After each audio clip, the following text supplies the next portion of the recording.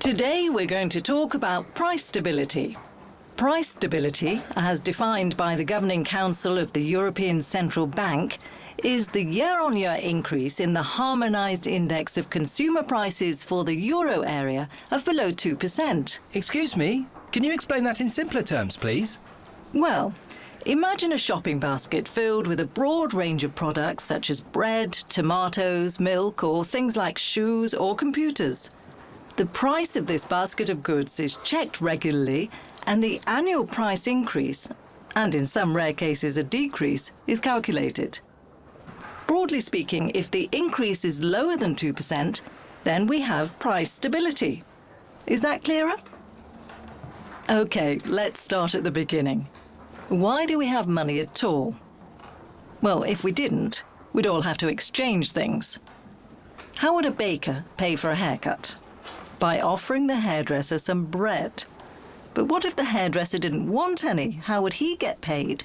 It all gets very complicated. And that's how money came to be invented. It makes trade easier. But remember, it hasn't always kept its value. There were times when prices shot up.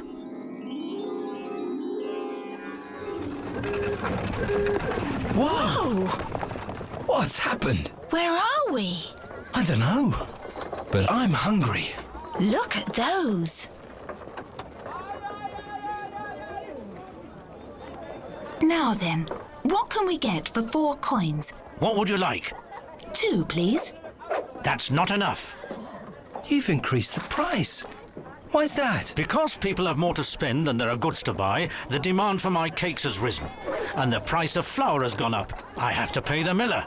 And the price of wood for my oven has gone up too. It's more expensive for me to bake now. Next. Don't worry, you just need more money. Cool. Thanks a lot. I don't believe it. He keeps on putting his prices up. We'll never be able to buy anything here. Well then, you'd better have more money. Wait a second. I know you. You're inflation. Well done.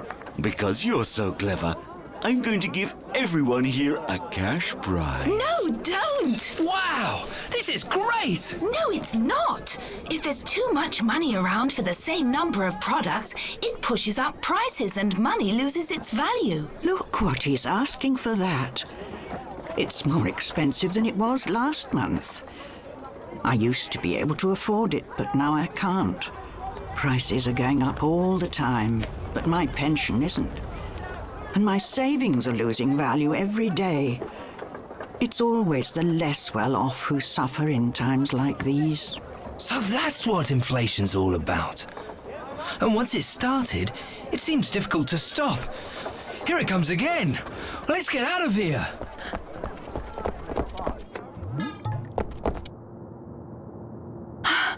Glad we escaped from that. I wonder who keeps an eye on inflation nowadays. Didn't the teacher say something about the European Central Bank and price stability? Yes. Let's try to find out some more. Look where we are. Excuse me?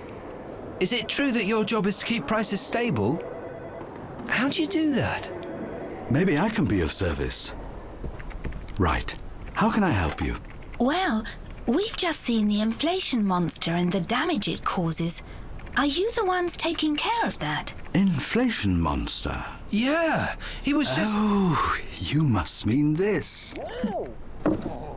That's the inflation monster? But that's tiny. It sure is. And that's because our job is to keep prices stable. We aim to keep inflation below but close to 2% over the medium term. But how do you do that? We figure out if there are risks to price stability. We carry out 2 kinds of analysis. First, we monitor a number of factors, such as economic growth and oil prices, factors that could push up prices in the short run. And second, we keep an eye on how much money is circulating in the economy, because that could push up prices in the medium to long run. But why? We know that all high inflation in the past was accompanied by too much money being in circulation. If too much money were chasing too few goods, then we would risk having more inflation. Like, if everybody wants to buy the same cakes in the marketplace? Yes, but inflation only occurs if there's a general increase in prices, not only for cakes, but for all goods and services. But what can you do about this? For example, can you prevent the baker from raising his prices? No, we can't.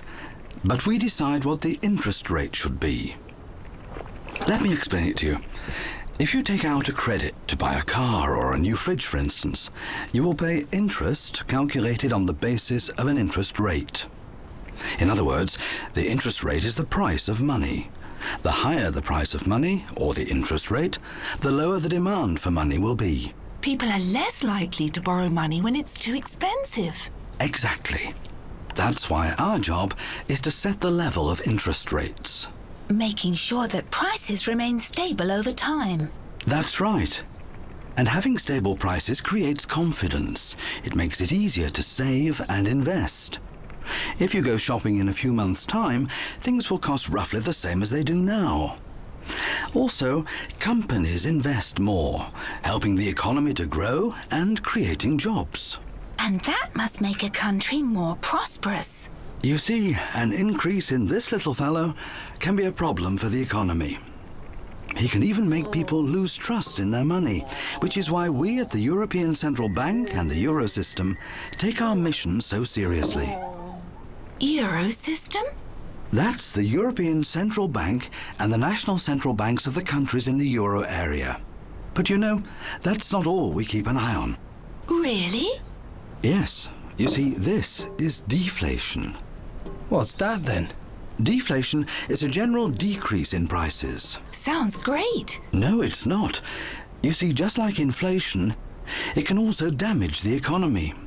For example, if all prices are steadily declining, you'll delay buying something, expecting it to cost less a week later and even less a month later.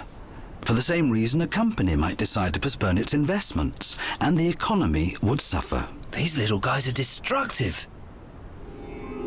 And what is the primary objective of the European Central Bank and the Euro system? Well, To maintain price stability. good. And to combat the inflation monster. Well, I suppose you could call it that. Yeah.